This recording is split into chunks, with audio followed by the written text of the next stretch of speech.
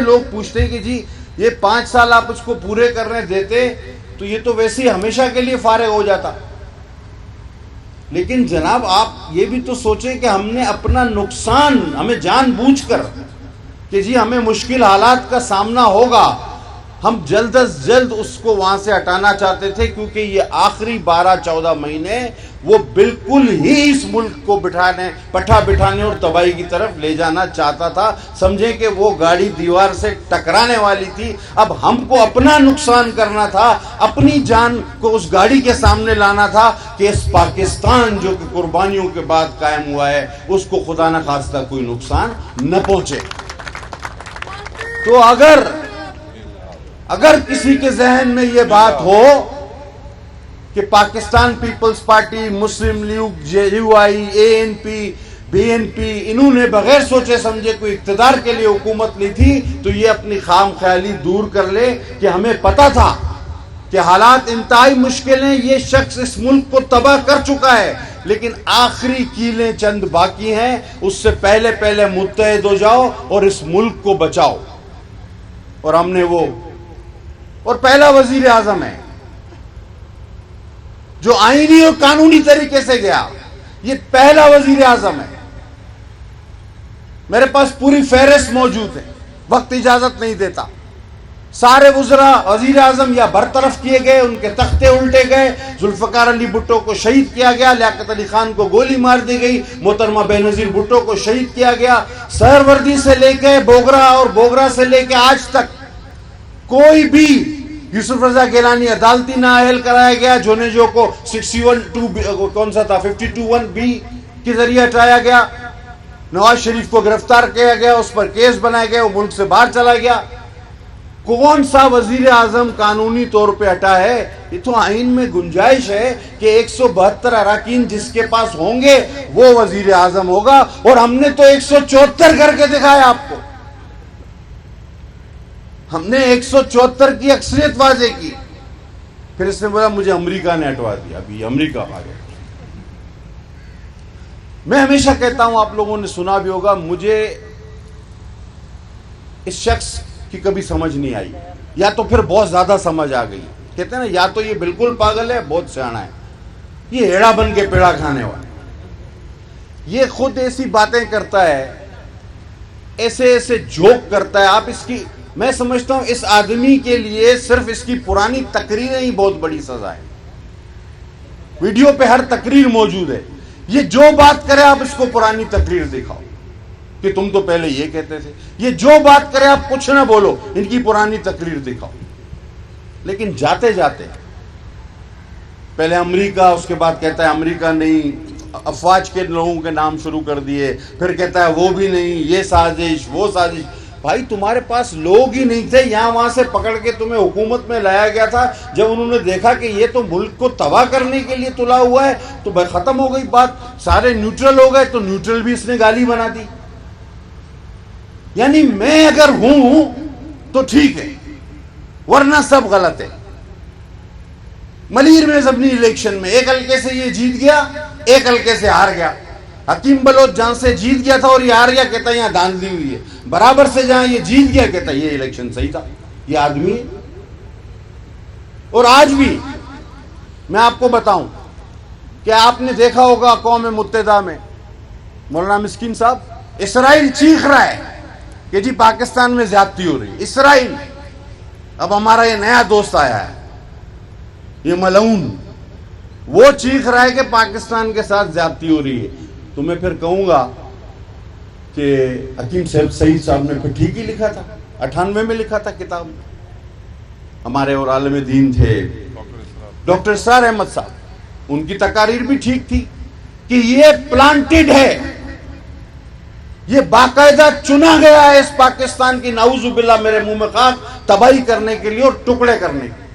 اور اس کا ثبوت اس نے وہ آخری قدم بھی 9 مئی کو اٹھایا. احتجاج آپ نے اور ہم نے سب سے زیادہ کیے ہیں. بی بی کی شہادت پر اسی سڑک پر بہت سارے ایسے دوست ہوں گے جو میرے ساتھ موجود تھے. ہم کماڑی کے پل پہ 3 دن دھرنا دیے بیٹھے، لیکن ہم نے آس پاس فوجی چھاؤنیاں بھی تھیں, چوکیاں بھی تھیں, حساس ادارے بھی تھے, پورٹ بھی تھے, ایک پتھر نہیں مارا جبکہ ہماری ماں بہن عظیم قائد کو شہید کر دیا. ہم سے زیادہ احتجاج تو آپ نے نہیں کیا نا, ہم سیاسی لوگ ہیں, ہمارا اپنا احتجاج کا طریقہ ہے. یہ کون سا انوکھا احتجاج تھا؟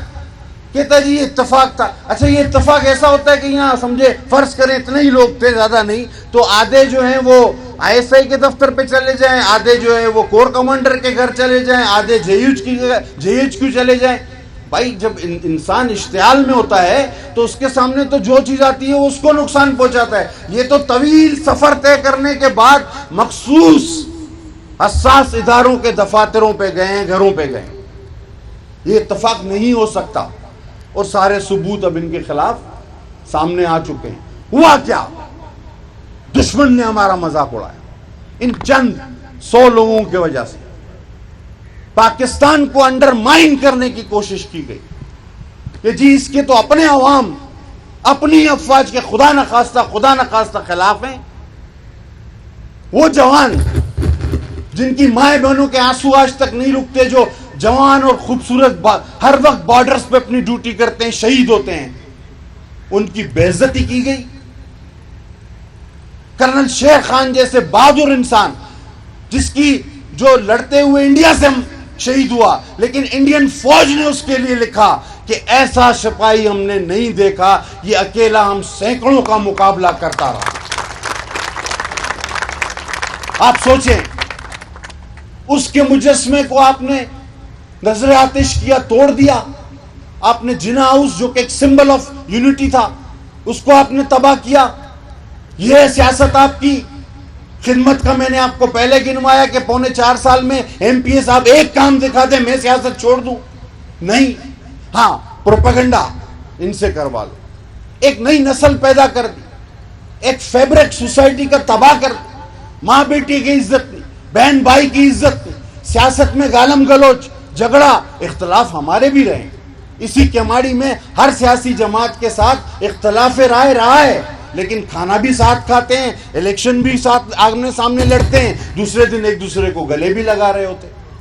یہ ایک نئی نسل ہے, یہ ایک نئی قوم ہے جس میں عزت, غیرت, شائستگی نام کی کوئی چیز نہیں.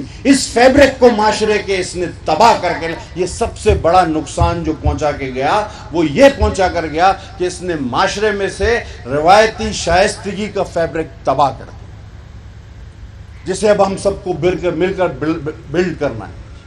ہمیں ان کے کارکن اگر کچھ رہ گئے تو ان کو سمجھانا ہے کہ بھائی سیاست میں اختلاف ہوتا ہے, دشمنی نہیں. آپ اختلاف کر سکتے ہو, دشمنی نہیں. ہم میں سے ہر آدمی ایک طرح نہیں سوچ سکتا, ہم الگ الگ سوچتے ہیں, تو ٹھیک ہے, ہر انسان الگ سوچتا ہے, لیکن اس سے دشمن نہیں بن جاتا. اللہ کا شکر ہے کہ اس افریت سے جان چھوٹی,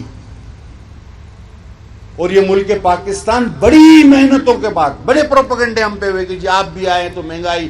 بھائی یہ بیج ایسا بو کر چلا گیا تھا کہ اس کی جڑیں اتنی اندر تک تھی. اس نے لیٹ معاہدہ IMF سے کیا, صافی دوست موجود ہیں, ہم کہتے رہے, ہم بولتے رہے کہ جلدی کرنا ہو تو کر لو ورنہ ان کی شرائط ماننی پڑیں گی. اس نے 9 ماہ کی تاخیر کی, اس نے ایسے معاہدے کیے, اور سب سے اسٹیبل پاکستان بھی اس شخص کو ملا. 2 مسلسل جمہوری حکومت, محترمہ کو ضیاء الحق کے بعد کا پاکستان ملا, بھٹو صاحب کو ٹوٹا ہوا پاکستان ملا, قائد اعظم صاحب کو ٹوٹا ہوا پاکستان ملا. ہم نے پھر دوبارہ جب ہم آئے تب بھی ہمیں ماشاء اللہ کے بعد پاکستان ملا. معیشت تباہ, ساری کچھ تباہ. اس آدمی کو سب سے اسٹیبل پاکستان ملا کہ ایک 5 سال کی حکومت پیپلز پارٹی کی, پھر 5 سال کی حکومت مسلم لیگ نون کی, اور تیسری اسٹیبل ترین پاکستان اس کو.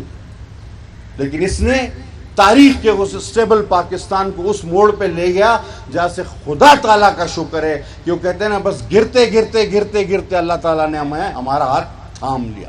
اور آج پاکستان میں آپ بحیثیت ایک کیبنٹ ممبر آپ کو یہ کہنے جا رہا ہوں کہ اب پاکستان ڈیفالٹ نہیں کر سکتا.